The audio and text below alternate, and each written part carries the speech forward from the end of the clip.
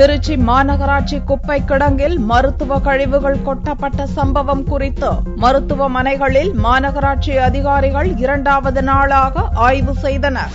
அரசு மற்றும் தனியார் மருத்துவமனைகளில் அறுவை சிகிச்சை மூலம் அகற்றப்படும் மனித உறுப்புகள், ஊசி மற்றும் பஞ்சு போன்ற மருத்துவ கழிவுகள் அதற்கென்று அமைக்கப்பட்டுள்ள கிடங்கிற்கு அனுப்பி அழிக்கப்பட வேண்டும். இதனால் தொற்று நோய் ஏற்படுவதும் சுற்றுச்சூழல் மாசுபடுவதும் தவிர்க்கப்படுகிறது. இந்நிலையில் திருச்சி மாவட்டம் அரியமங்கலத்தில் உள்ள மாநகராட்சி குப்பை கிடங்கில் அடிக்கடி தீப்பிடிக்கும் சம்பவம் நடந்து வருகிறது. மாநகராட்சி குப்பை தொட்டிகளிலும் மருத்துவ கழிவுகள் கொட்டப்படுவதாகவும் மாநகராட்சி நிர்வாகத்திடம் தொடர்ந்து புகார்கள் வந்தன. இதைத் தொடர்ந்து மாநகராட்சி சார்பில் அரசு மற்றும் தனியார் மருத்துவமனை குப்பை தொட்டிகளில் அதிகாரிகள் ஆய்வு நடத்தினர். ஆய்வின் போது தில்லை நகரில் உள்ள தனியார் மருத்துவமனையில் வைக்கப்பட்டிருந்த குப்பை தொட்டியில் அறுவை சிகிச்சை மூலம் அகற்றப்பட்ட உறுப்புகளும் மருத்துவ கழிவுகளும் கிடந்தது கண்டுபிடிக்கப்பட்டது. புத்தூர் பகுதியில் உள்ள தனியார் மருத்துவமனையும் கழிவுகளை பொது குப்பை தொட்டியில் கொட்டியுள்ளது தெரிய வந்தது.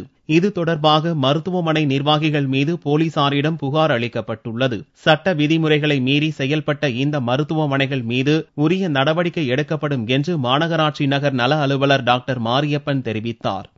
தில்லை நகர்ல ஒரு தனியார் மருத்துவமனையில் கேஸ்ட்ரோ கேர் மருத்துவமனையில் எங்க பணியாளர்கள் குப்பை எடுக்கும்போது அந்த சாதாரண குப்பையோடு மருத்துவ கழிவுகளும் கலந்திருந்தது.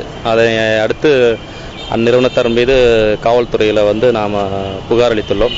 அனைத்து மருத்துவமனைகளும் மருத்துவ கழிவுகளை சட்டத்தின்படி எவ்வாறு அகற்ற வேண்டுமோ அவ்வாறு தான் அகற்ற வேண்டும். தவறும் பட்சத்தில் அனைத்து விதமான சட்ட நடைமுறைகளும் பின்பற்றப்படும் என்பதை கண்டிப்புடன் தெரிவித்துக் கொள்ளப்படுகிறது. குப்பையில் மருத்துவ கழிவுகள் கொட்டப்படுவதை தடுக்க தொடர்ந்து நடவடிக்கை மேற்கொள்ளப்படும் என்றும் எச்சரிக்கை விடுக்கப்பட்டுள்ளது.